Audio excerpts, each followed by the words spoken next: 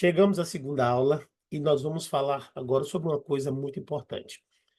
É sobre compreensão dos seus limites.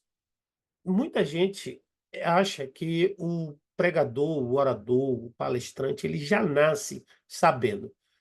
Isso não é verdade.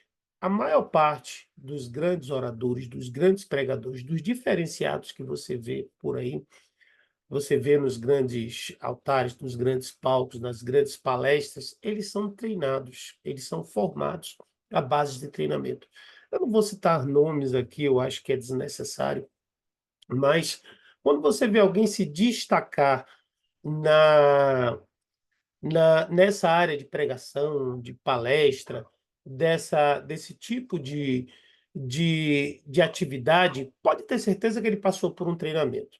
Evidentemente que existem pessoas que acham que não precisam de mais do que aquilo que elas, já sabem, ou acham simplesmente que o fato de falar ou transmitir, do jeito que elas, querem, é mais do que suficiente, mas se você quer realmente chegar ao próximo nível na arte da pregação, alcançar pessoas, alcançar, multidões, tocar corações, e chegar realmente a impactar pessoas, né, é necessário que você compreenda quais são as áreas que você precisa desenvolver. Por isso eu chamei essa aula de compreendendo os seus limites. Vamos agora passar aqui para o mapa mental para entender melhor como é que você chega a esse ponto. Vamos lá então. Vamos lá. Aula 2 diz assim: compreenda seus limites e ultrapasse-os. Ultrapasse-os. Vamos lá então. Bom, eu coloquei aqui alguns pontos que são fundamentais. Primeiro, entenda suas falhas como comunicador.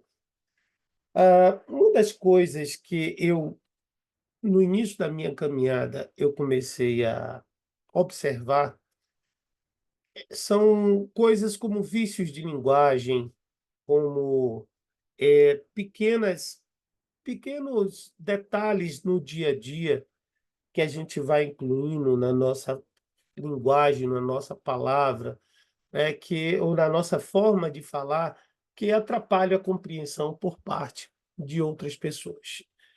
Uma coisa que eu tinha muito também quando eu comecei era medo de subir no palco. Por que que eu tinha medo de subir no palco?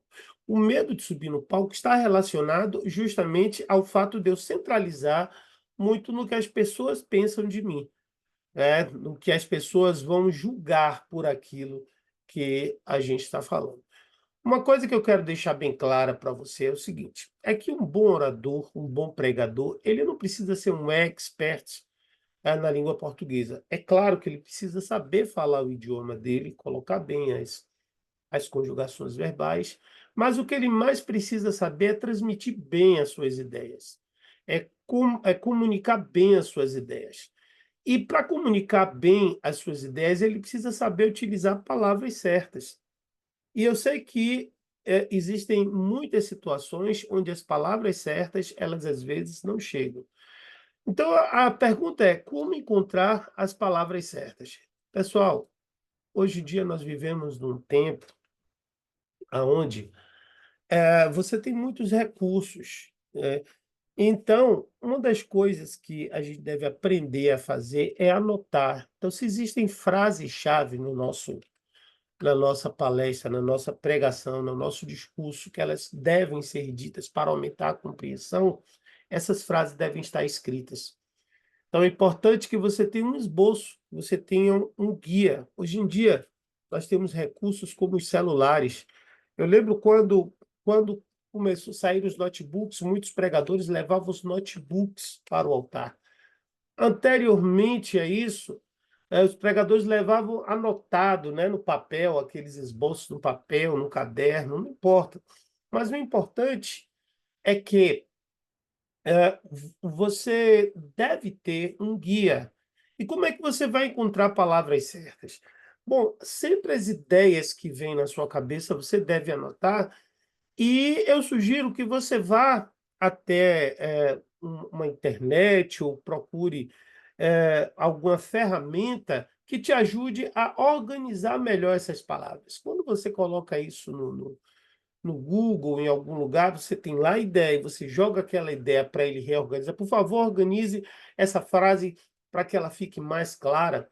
Você vai ter uma ajuda muito grande. Antigamente a gente tinha que fazer isso sozinho. Hoje em dia a gente tem esses recursos que ajudam bastante. Mas é importante que a ideia esteja aí, né? Então você tem a ideia, você anota e você vai, então, parte para a otimização, né, dessas frases, dessas palavras, para que fiquem corretas. A terceira coisa também que importante é que você fale de forma relevante. O que que é falar de forma relevante? Dê importância naquilo que você fala. Comunique aquilo que você está falando de uma forma que aquilo seja significativo para as pessoas. As pessoas só vão crer naquilo que você crê. As pessoas só se convencem daquilo que você está convencido. Se você não fala com confiança, com convicção, com certeza, você fala hesitando, com dúvida, as pessoas que estão te ouvindo também vão ter essas dúvidas. Então é importantíssimo que você fale sobre isso. É importantíssimo que você fale de forma relevante. Quarto ponto, conte histórias reais, ou seja, sempre conecte a sua pregação com uma história real.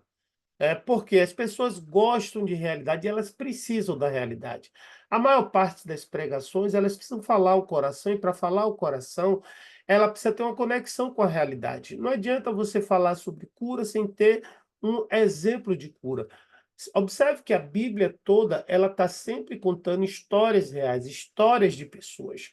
Então você trabalha uma história real da palavra de Deus, depois você trabalha uma história real de um testemunho vivido, de um testemunho presenciado, ou até mesmo de uma história que alguém te contou, mas que ela tem credibilidade de, de que é real, ela vai dar mais peso à sua mensagem, mais peso à sua pregação, mais qualidade para o seu texto. E, finalmente, nunca se ache menor do que quem está te ouvindo. Isso é fundamental para você perder o medo. Lembre-se, vamos colocar assim, o centro da pregação sempre é Jesus, mas Jesus te escolheu para te trazer aquela mensagem. Então você está ali respaldado por Deus. Você está ali respaldado pelo Espírito Santo.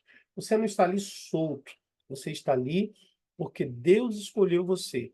Então, essa é uma afirmação que você deve ter em mente para entender que se você foi escolhido ali, não tem ninguém melhor do que você para estar ministrando aquela mensagem, trazendo aquela mensagem. Então, nunca se ache menor do que quem está te ouvindo, porque Deus escolheu você, tá bom? Então, aqui a gente conclui esse módulo e a gente já parte para o próximo módulo. Deus abençoe.